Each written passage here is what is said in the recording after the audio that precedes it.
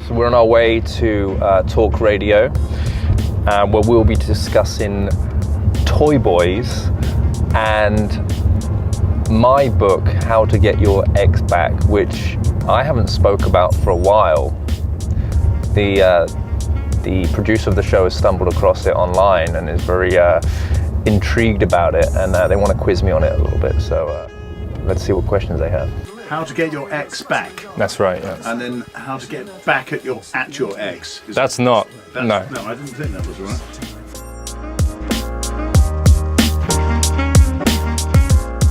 And welcome back. You're listening to the Steph and Dom show live on Talk Radio. Now we have Johnny Cassell in the house. Hello. Welcome, Good Johnny. morning, Johnny. Thank you for having me. Who is a dating and relationship expert. That's right. Have you got a girlfriend? Not anymore. Right. Really? I need a dating coach. Position heal thyself. Okay. No, we've it just came out of a long-term relationship. We were together for 4 years. The relationship just ran its course, I guess. We're still very good friends. We're just both ready for the next chapter in our lives. Was she a bit cross that you were giving advice to everybody else and not taking it yourself? I think if you're going to take advice off anyone, the person you do need to listen to is the person you're in a relationship with. Okay, so you weren't listening to her? We were both certainly listening to each other to a great deal. I feel that, ironically, my biggest downfall, and I speak quite openly about this, and the irony is romance is something that I've never really had reference for growing up. Never really seen that as an example. My father was a very hard-working man, dedicated a lot of his time to that area of his life, and therefore I never really saw any romantic gestures. So for me, that's something that I'm very aware of, and I continue and I actively look to work on myself. How did you become a dating relationship expert in the first place? How does one do that? By being really pants at it yourself in the first place. Well, that's you know? very honest. Yeah. But Yeah. how do you, how did you go and learn it from school, or did you go to university and learn? How do you? Well, the trajectory actually is, I actually got bullied by girls at school at a very young age, severely. You've had a right old time of it, haven't you? Bullied by girls. Yeah. I mean, I used to come home with bruises on my legs. It was, it was really bad, really bad. Like, kids were playing kiss chase in the playground. I was running away. I was running away. Well, I vaguely remember that as well, but I don't remember them beating me up and kicking me. I wish I knew what I was saying to them, So obviously it was working in some sort of way. You were just attracting the wrong sort of girl, really. What did Maybe you do so. about that then? At the time it was obviously a traumatizing experience, but I think my parents went down to the school and had a word of the head teacher. And it was an experience that stayed with me for a big part of my life. And there was certain other experiences that stayed with me that created a compounded belief that girls don't like me. And I think a lot of people can relate to that. No matter what you're being taught at home or being told at home, like, when you grow up, girls will like you. It can be very different to what your real life experience is. Especially if you're gay. Right, well, yeah, if you're gay. You might not want to have girls like you. Point is, all of that, you go through school, you go, and you obviously decided that this was an area you wanted to learn about because of your own experiences, Yes. presumably. So how did you do that? What did you learn? Where did you learn? What qualifies you, I suspect? Well, first of all, it came through frustration, because as you get older as well, when it did started going out and, my friends started getting interested in women, I wasn't happy with the sort of women that they were attracted towards. And I wasn't happy with the efforts that they were putting in to progress in this area of life. They were hiding behind that sort of lad culture of going out and getting drunk every weekend. And for me, that just wasn't stimulating. And I decided to make a change. I decided to try things out that I wouldn't normally do. I decided to take myself away from the pack and actually go and talk to strangers on a night out and just sort of accumulate experience. And I started to study the pattern in human behavior and what we actually respond to. And I realized we don't meet people just by chance. I mean, if we do, great. But if we understand human behavior and what we actually respond to, then this is something we can scale. And that was something that I was experiencing. This wasn't just about meeting girls. This was about building relationships. And if you become a master at building relationships, what can you not do? Okay, so my question still remains. Did you go and study this other than your own experiences? You know, are you yes. qualified to advise people?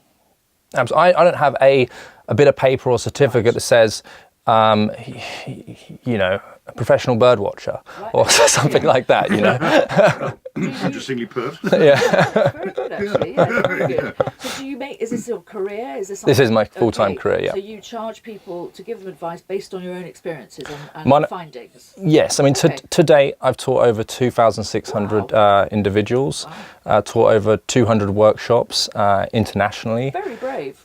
Yeah, it is. And that's been quite a learning experience as well. When you take it into different countries and different cultures, you do realize that this is universal because we're all emotional beings. So wherever you're, you know, black, white, Asian, you're straight, you're gay, you know, it doesn't matter. You know, we all respond to things on an emotional level. So if you understand human beings, you'll be able to incorporate this into your life. And how would you judge the success rate then of the people that you've helped? You must have some great stories. Yeah, I mean, look, I have relationships and marriages is just another day at the office for me, as ridiculous as that sounds.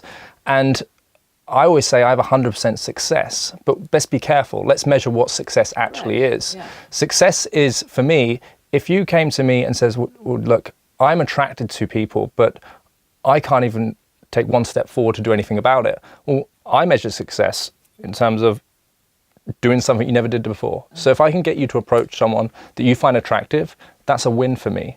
A win is not helping someone get their leg over, because that's the easy part. You know, what's the hardest part is actually maintaining and sustaining a fruitful relationship and make an impact with others. Yeah, I think the emotional is the goal. The physical is chemistry and it's physical. The emotional is much more difficult to attain, isn't it? Absolutely. I think as men as well, and especially in our culture over here in the UK, you know, no one wants to talk about their problems. It's like everyone's got that. Boys. Yeah, we've got that stiff upper lip mentality. Like, problems? I haven't got any problems. No, what problem? Yeah, everything's fine. I'm not here at all. No problems here. No, I'm just reading the paper. So, Johnny, can I ask, how old are you? I am 29. I'm 30 this year. Oh, 30 years old. And single. And single. Yeah. Currently single. A very handsome young man you are too. Oh, stop it. Now, stop it. So if anybody's interested, you could do with a haircut. Oh.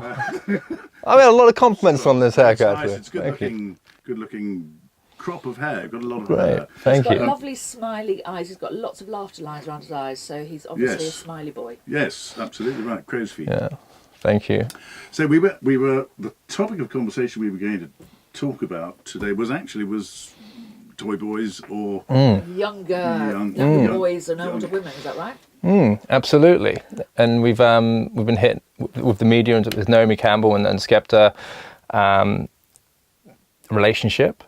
And so, yeah, I mean, why are the media kicking up a fuss about this? I think this is not something that's new. You know, women have. I think what is existing in our society right now is a lot more alpha women, a lot more stronger women, and men finding that attractive. I don't know what you mean.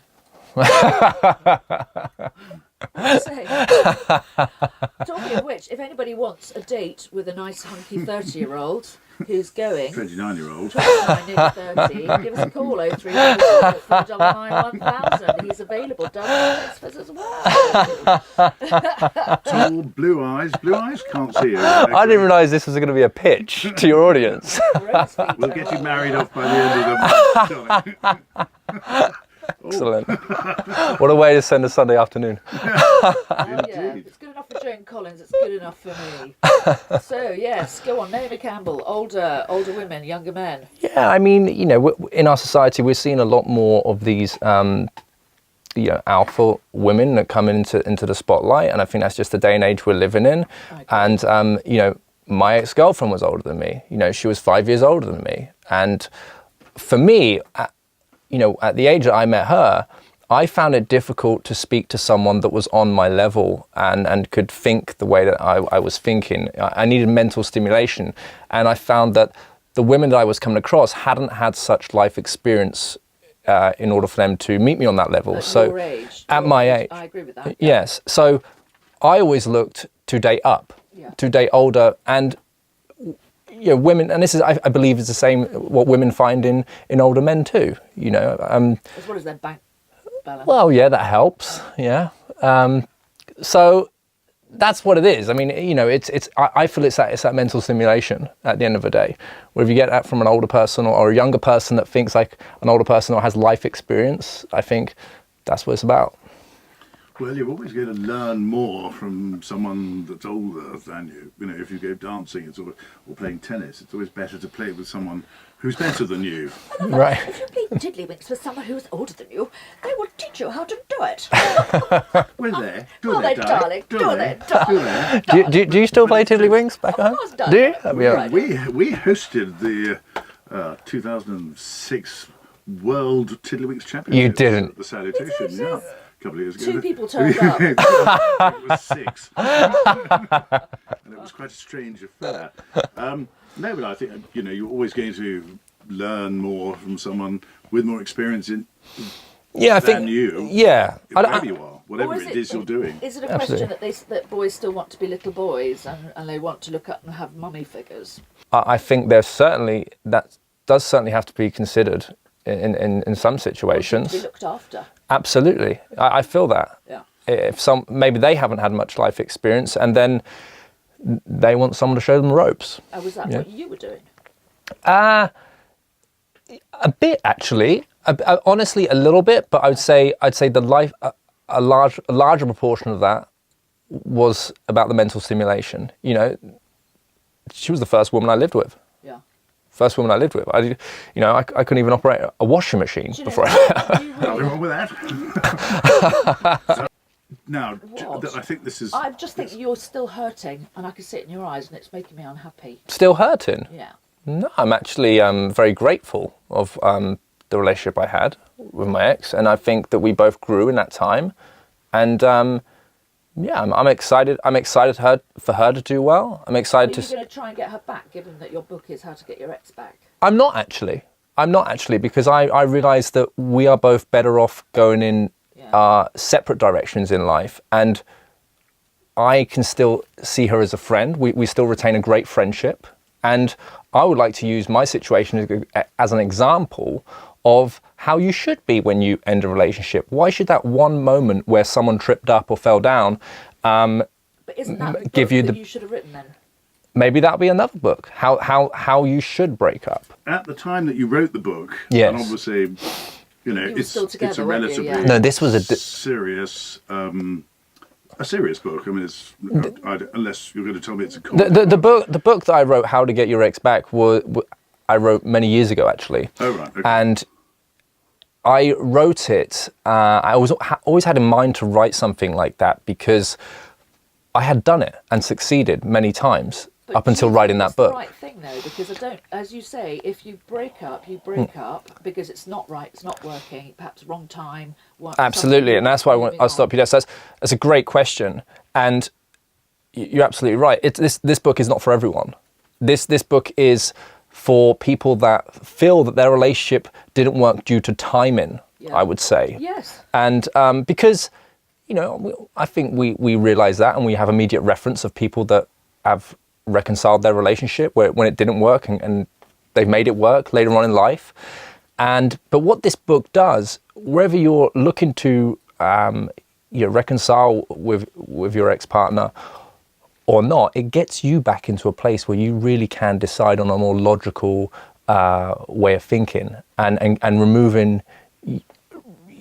because when you break up, you make a lot of your decision based on emotion. Yeah. And it's very raw, and it gets that person on the right, in the right direction. It helps them build themselves, turn themselves into that better person, and makes it a better deal for the person that's next going to invest in you. That's the important thing.